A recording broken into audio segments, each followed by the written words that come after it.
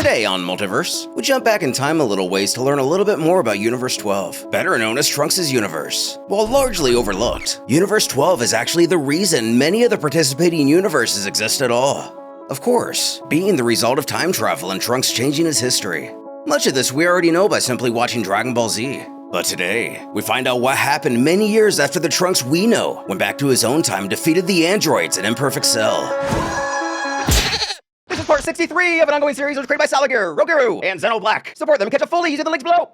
In Universe 12, West City aged 794, or 27 years after the androids first appeared. Today will be another good day for the Earth. With the androids being vanquished for so many years, it is now estimated that over 85% of the Earth's infrastructures have been restored. And with the population slowly coming back as well, a new king shall be elected to govern us in the upcoming days. Breathing easy at the sound of this broadcast, Bulma feels that at long last, things are truly starting to feel like old times.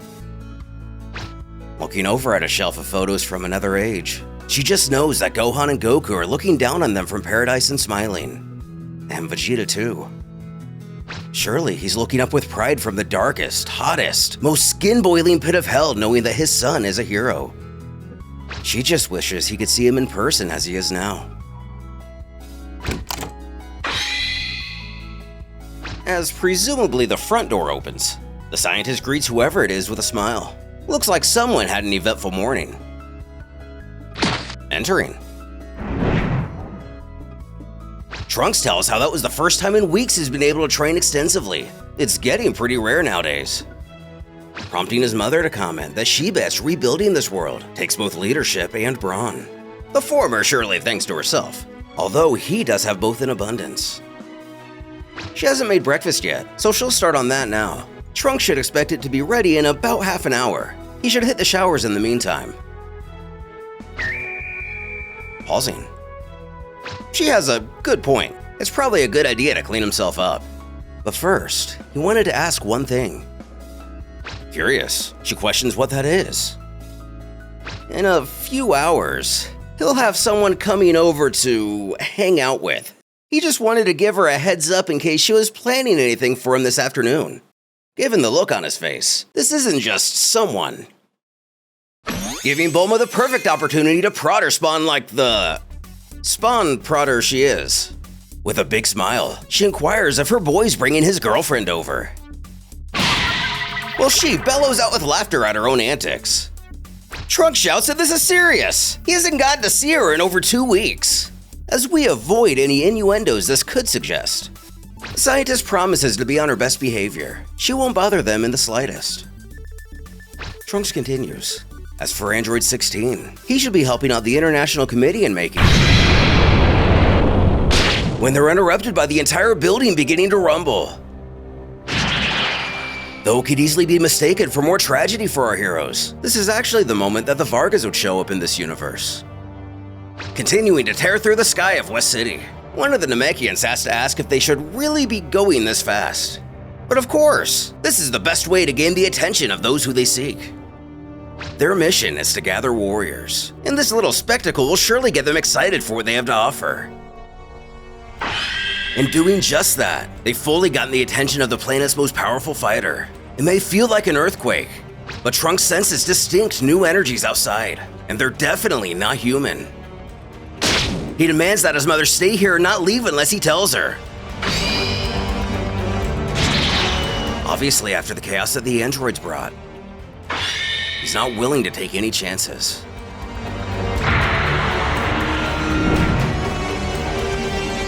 The ship landing in front of him, he wonders what an alien spaceship is doing here of all times and places.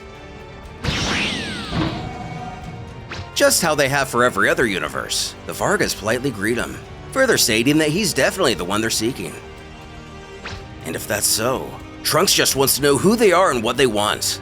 At the same time, he wonders what Namekians are doing here. He never thought he'd see them on Earth again.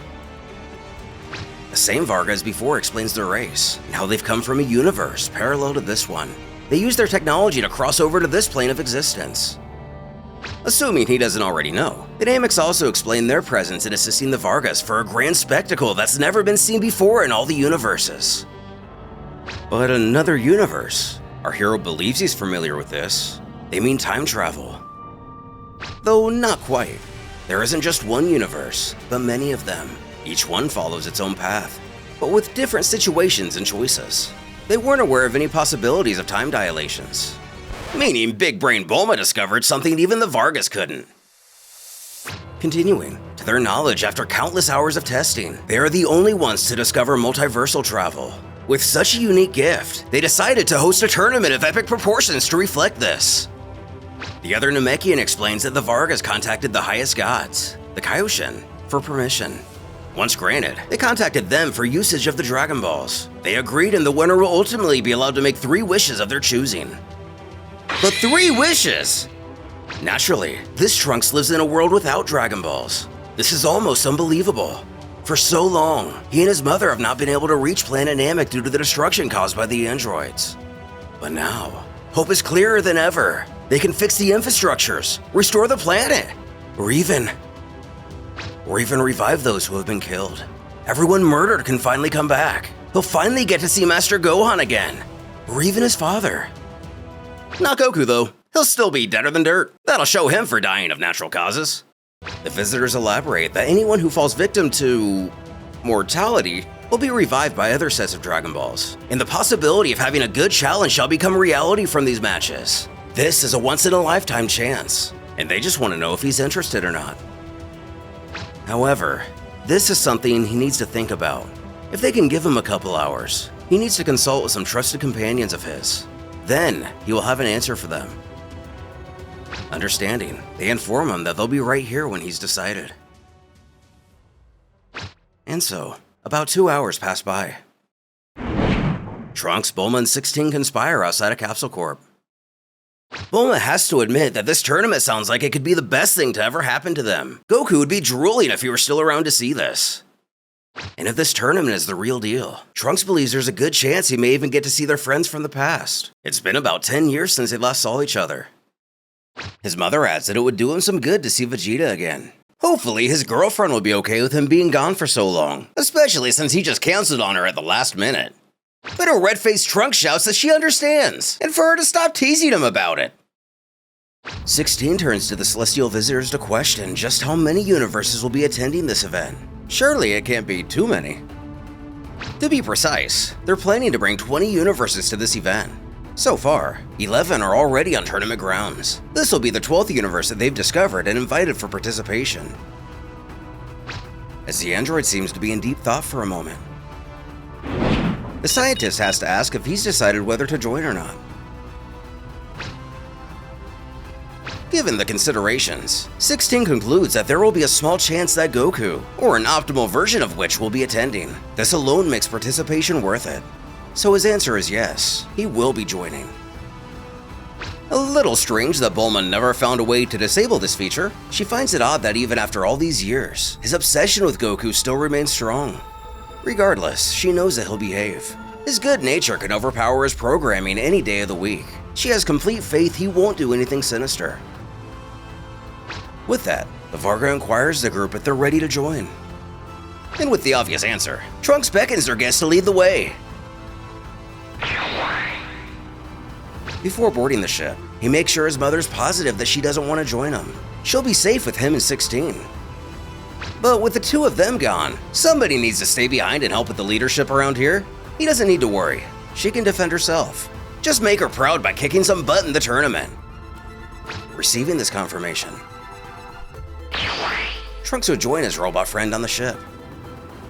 The pilot alerts all on board to prepare for liftoff.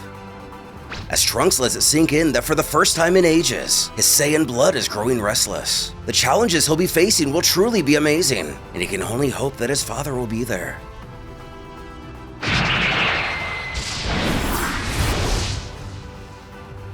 Bulma sees them off from Capsule Corp.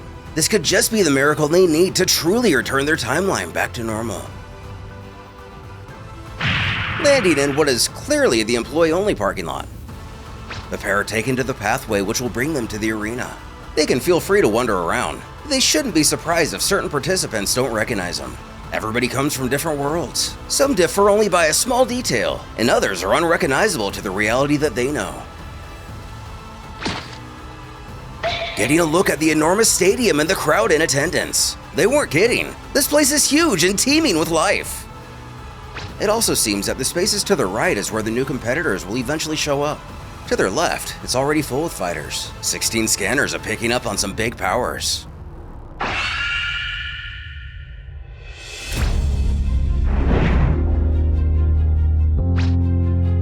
I'm about to do some shit.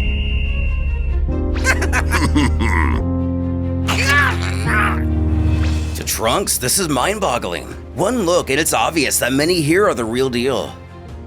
That guy over there, referring to Dabura, he's comparable to Cell once he absorbed 18. To think that there are some who have reached that threshold. Simultaneously, the wizard notes that they finally have some new guests, inquiring the King of Demons how strong he thinks they are. Who chuckles that the swordsman power is laughable. His own sister could crush him easily. Maybe you're referring to a certain time traveler? The tall one, he can't sense, but he doesn't seem like much. They're both challengers who shouldn't concern them. First getting a glimpse of his father from the old way Saiyans, even if a bit scruffy. Without a doubt, his dad is within that group. Seems like the Saiyan race still lives on elsewhere, even though a bit primitive. When the android points out someone with a big power is coming from just over there.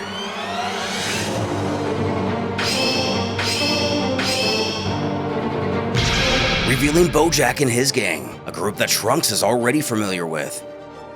However, it was before 16 was relevant in this timeline. He himself had never encountered the pirate, but remembers stories told by Trunks, who elaborates that he's a despicable alien pirate who tried to invade Earth during his last trip to the past. He's pure evil. Alongside Cell and Broly, he's one of the worst threats he's ever faced. His power makes 17 and 18 in their prime seem like ants. Don't the organizers understand who they brought to this place? That monster has no heart and will enslave everyone if given the opportunity. Overhearing the squabble, Zenbu turns to notice Trunks, one of the few Z fighters he never got the chance to absorb. Or at least not this version. Goku and the others inside of him are confirming that this is the one from the future. The boy has grown, which makes the Majin wonder how strong he has become. And that person next to him, he is 16. Interesting. The robot still lives on in this world. He can't help but ponder if that's the exact same Trunks who came to his own universe 27 years ago. By mathematical deduction, there's an infinite number of universes, which makes it improbable. Eventually, he will find his answers nonetheless. Either way, he's happy to see that a true Super Saiyan has at last debuted among the public. It's been 20 years since he last faced one, and knowing his luck, more besides this boy shall begin appearing in due time. And speak of the devil, it appears that things shall be getting a bit more interesting from here on out. Back with Trunks, he mentions that they can't afford to drop their guard at any given moment. Who knows what or who is coming next? Just as he hears a very familiar voice, Emperor Vegeta spouts out, "So these are the tournament's grounds. What a piece of rushed, low-quality trash!"